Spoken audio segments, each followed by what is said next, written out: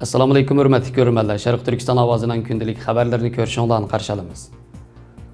Amerika Kengash palata a'zolari Uyg'urlar uchrayotgan zulmni irqiy qirg'inchilik deb atash taklifini sundi. Pompeo xalqaro diniy erkinlik kuni bayonotida Xitoyni ochiq-oshkora tanqid qildi. Amerika bilan Hindiston mudofaa hamkorlik kelishimi imzolab, Xitoyga o'rtaq qarshi turishda yangi qadam tashladi. Pokistondagi bir madrasada portlash yuz berib, 7 nafar o'quvchi qazo qildi.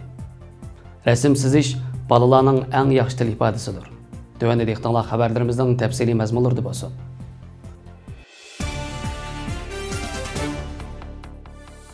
Amerika Kengash palatası Tashqi munosabatlar komitetining muavin raisi, Demokratlar partiyasining Kengash palata a'zosi Robert Menendez va Cumhuriyetçiler partiyasining Kengash palata a'zosi John Cornyn 26 oktyabr kuni taklif sunib, Xitoyning Sharq Turkistondagi Uyg'ur va boshqa turk millatlarni qo'g'dashni talab qilib, kishilik huquqni bostirishni irqiy qirg'inchilik deb atashni talab qilgan. Bu taklif 1948-yildagi Birlashgan Davlatlar Tashkilotining irqiy qirg'inchilikning oldini olish va uni jazolash ahdnomasiga asosan Xitoy hukumatining javobgarlik tortib, o'rtaq inkos qaytarish uchun xalqaro harakatni boshlagan. Kengash palata a'zosi Menendez bayonotida Xitoy hukumatining irqiy qirg'inchilikni to'xtatishning Amerikaning davlat bexatarligi va qimmat qarshi bilan mos kelganligini, qilishga tegishli majburiyat ish o'rnida Xitoyning razil vahshiy qilmishlarini fosh qilib, Prezident Trump va davlat ishlari kotibi Pompeoni irqiy qirg'inchilik degan ismni ishlatishga chaqirdi. Cumhuriyetçiler partiyasining Kengash palata a'zosi Mark Rubio mazkur taklif loyihasiga birdek ovoz qo'shib, Xitoy hukumatining Sharq Turkistondagi Uyg'ur va boshqa turk millatlarga qarshi jinoyat o'tkazganligiga oid texnik ko'p faktlarning borligini, erkin davlatlarning jiddiy ittifoqlashib, Xitoyning inson qalbidan chiqqan jinoyatlarni tezdan tugatib, javobgarlik tortish kerakligini bildirgan.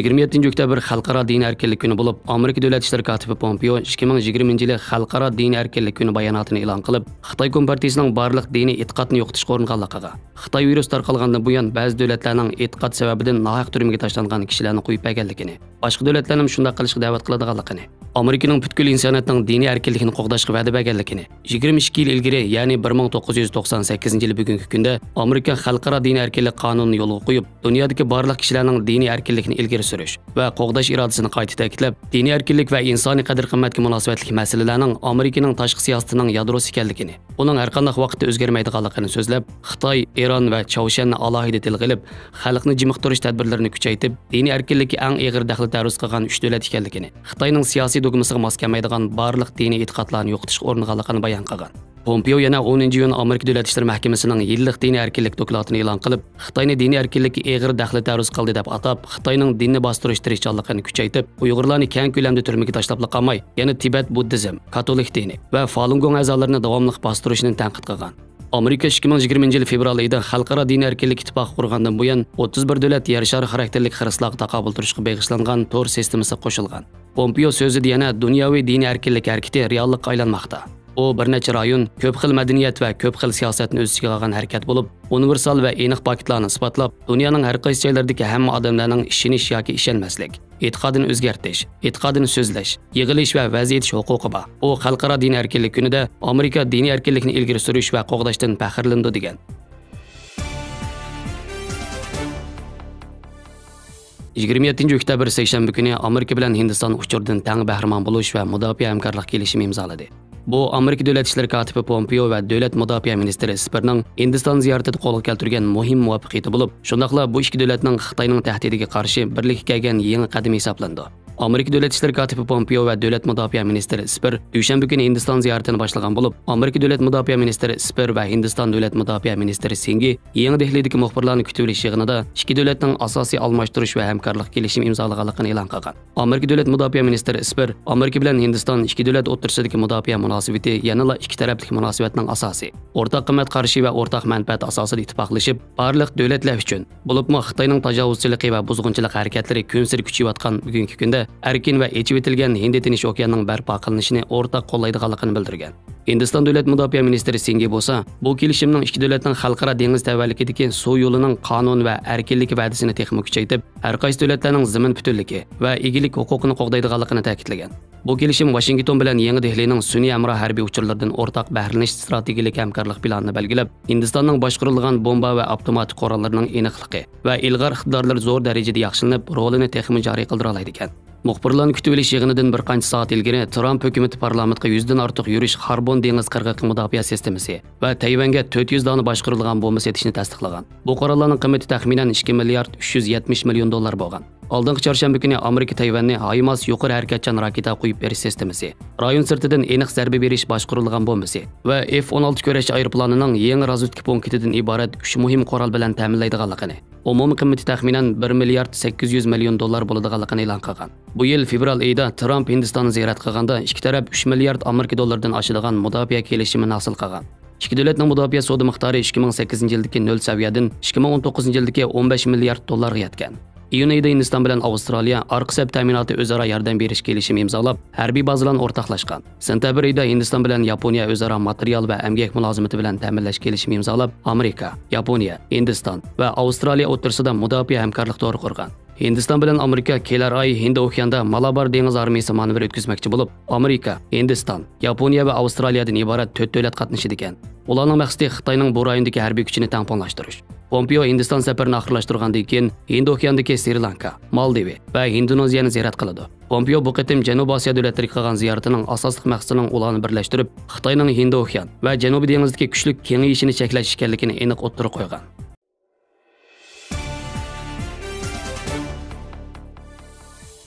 Pakistanning Xaybar Paxtunxo o'lkasidagi bir madrasada portlash yuz berib, 7 o'quvchi qazo qildi.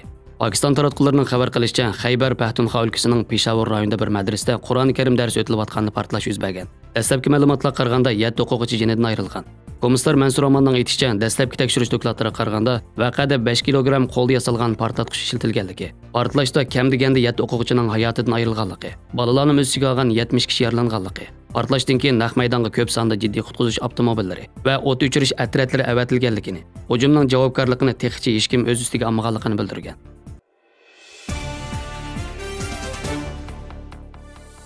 Danlıq ma'rifshunos Detervix mundaq degan. 9 soat ko'rish orqali erishgan narsadan 1 soat rasm sizish orqali ko'p narsaga erishgili bo'ladi. Rasm sizish orqali bolalarning o'ng so'l miyasi birlikda harakatlanib, ko'rish bulungi bilan dunyoni o'zliksiz ko'zitadi. Shuning bilan turmush tajribalarini rasmga singdirdi.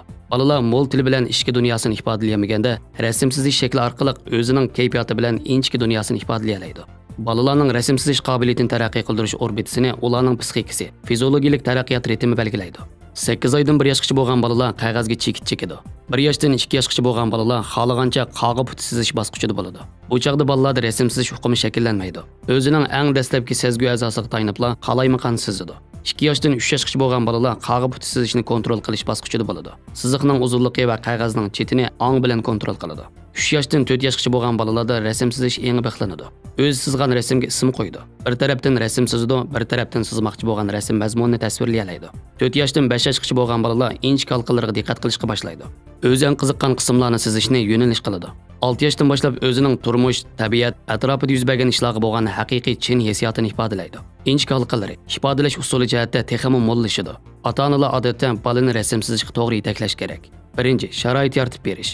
Bolaning yosh alohidaligi asosan ularga sizmichilik taxtasi yoki cho'ng rasm sizish qog'oz bilan bo'yoq, may bo'yoq qatorliq qurollarni tayyorlab berish. Bolaning rasm sizgandagi qiyofati bilan qarindosh tutgandagi qiyofatiga bak kirishib olmaslik. Uning rasm sizishning ozoda, zo'qlanadigan, qiziqarli ish ekanligini his qildirish kerak. Ikkinchi, qiziqishni qo'g'dash. Hamma bolalarda rasm sizish qiziqishi bo'ladi. Rasm sizish eg'iz tilining boshlamchisi, go'zal tuyg'ularni ifodalaydigan qurol. Ota-onalar ularning rasm sizish qiziqligi hamda ularning ifodalash usulini qo'g'dash kerak.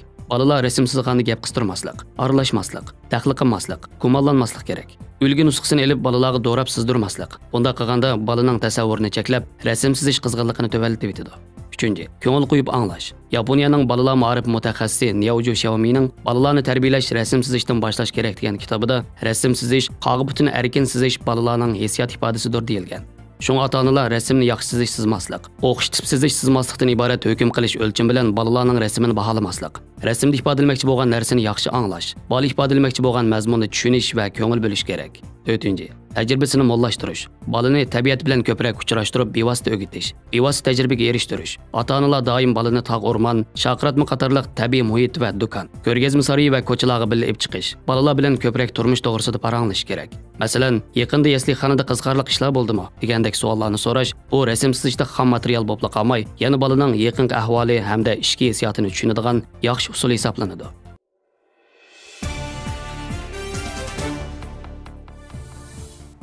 Xabarlarimizni ko'rganingizga rahmat. Ko'rishguncha omon bo'linglar. Xayr xo'sh, Allohga omonat.